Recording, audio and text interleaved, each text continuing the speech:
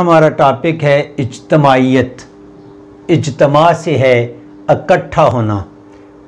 एक है इनफरादी, इज्तमाइयत का मुतज़ाद इनफरादी है, और एक है इज्तमाइयत। इनफरादी जो है अकेला फ़र्द वाहिद का होगा, और इज्तमाइयत इकट्ठा होगा, ज़्यादा लोगों का होगा। इज्तमाइयत की तारीफ़ ये है, इनफराद के मुकाबले में जब बड़े पैमाने पे जज्बात का शेर की सूरत में ऐसा इज़हार करना जो इज्तमाइयत की तर्जमानी कर रहा हो, इज्तमाइयत के जज्बात की, एहसासात की तर्जमानी कर रहा हो, तो वो इज्तमाइयत कहलाएगा। मसलन अच्छा एक और फ़र्क समझ लें, या पहले फैज़ अहमद फैज़ की उस नज़म का हवाला दे दूँ, उसको बयान कर दूँ, तो तब आगे जाके मसलन फैज़ अहमद फैज़ की एक नज़म आपने बहुत सुनी है, जिसे मलका तरन्नुम नूरजहां ने गाया था, मुझसे पहली सी मोहब्बत मेरे महबूब न मांग,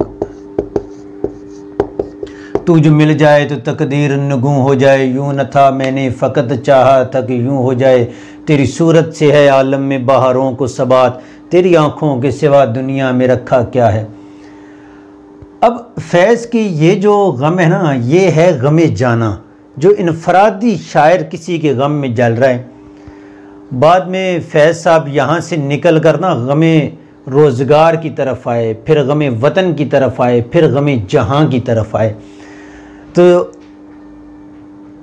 लौट जाती है उधर को भी नज़र क्या कीजिए, अब भी दिल का शय तेरा हुस्न मगर क्या कीजिए।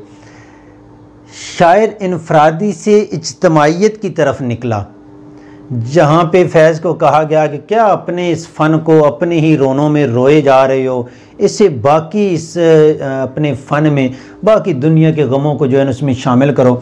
तो फैज़ ने फिर उसके बाद क्या किया था, गमे वतन से गमे वतन पे भी लिखा, जो सुबह आज़ादी ये दाग दाग उजाला, ये शब गजीदा सहर वो इंतज़ार था जिसका ये वो सहर तो नहीं। फिर जब शायर जो है इज्तमाइयत की तरफ आया, आ जाओ अफ्रीकन मैंने धूल से माथा उठा लिया है, मैंने छील दी है आँखों से गम की छाल, यानी अफ्रीका में चलने वाली आज़ादियाँ हैं या फ़लस्तीन में, उनको भी अपनाया, उनकी जो है आवाज़ बना, इज्तमाइयत को उसके जज्बात की तर्जमानी की। अच्छा, ये फैज़ की चारों चीज़ें समझा के और आऊँ, क्योंकि आगे जो है एक टर्म उससे जो है ना डिफ्रेंशिएट, यानी उसका फ़र्क वाज़े करना चाहता हूँ आप पे।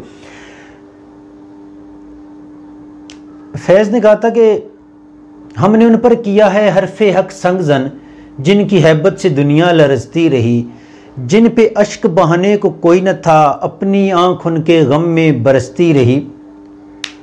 या एक और शेर है, नातवानों के नवालों पे झपटते हैं उकाब, बाजू तोले हुए मंडलाते हुए आते हैं। ये तो थी इज्तमाइयत। मैंने आपको एक टर्म पढ़ाई थी आफाकियत। आफाकियत में ये था कि शायर अपनी शेरी में ऐसे जज्बात की तर्जमानी करे जो बड़े पैमाने पे, यानी नो इंसानी के एक बड़े तबके की तर्जमानी कर रहा हो, ये आफाकियत है। फिर आफाकियत और इज्तमाइयत में फ़र्क क्या है, याद रखें। आफाकियत में ये चीज़ है कि शायर को नींद नहीं आई, उसने नींद के वाक़े को बयान किया। शायर को जो है मोहब्बत के एक चीज़ जो है वो डस रही है, और उसकी मोहब्बत हर इंसान को होती है, हर इंसान के जज्बात ऐसे हैं, लेकिन शायर यहाँ पे इनफरादी जज्बे का इज़हार कर रहा है। ये आफाकियत में भी जा सकती है कि शायर, कोई भी इंसान जब मोहब्बत से ना दिल बर्दाश्ता हो गया, उसका दिल उठ गया, तो ये उसके लिए वो कहता है कि महबूब को मुझसे पहली सी मोहब्बत न मांगा, उस तरह की।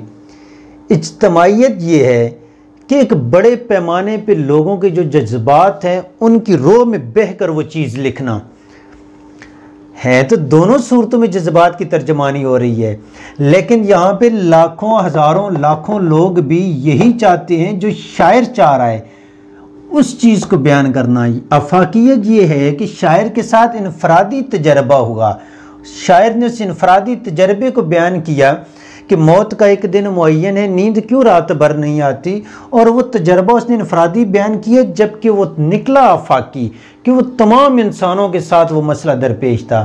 इज्तमाइयत में ऐसा नहीं होता।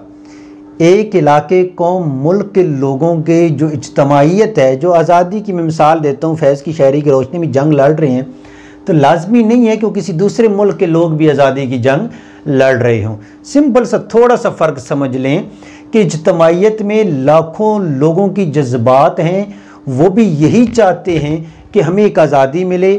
आपने भी वही लिख दिया, आ जाओ फ़रीकन मैंने धूल से माथा उठा लिया है।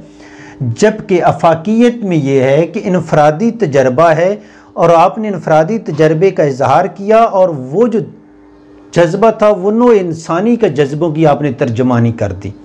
समझ आ गई ये चीज़?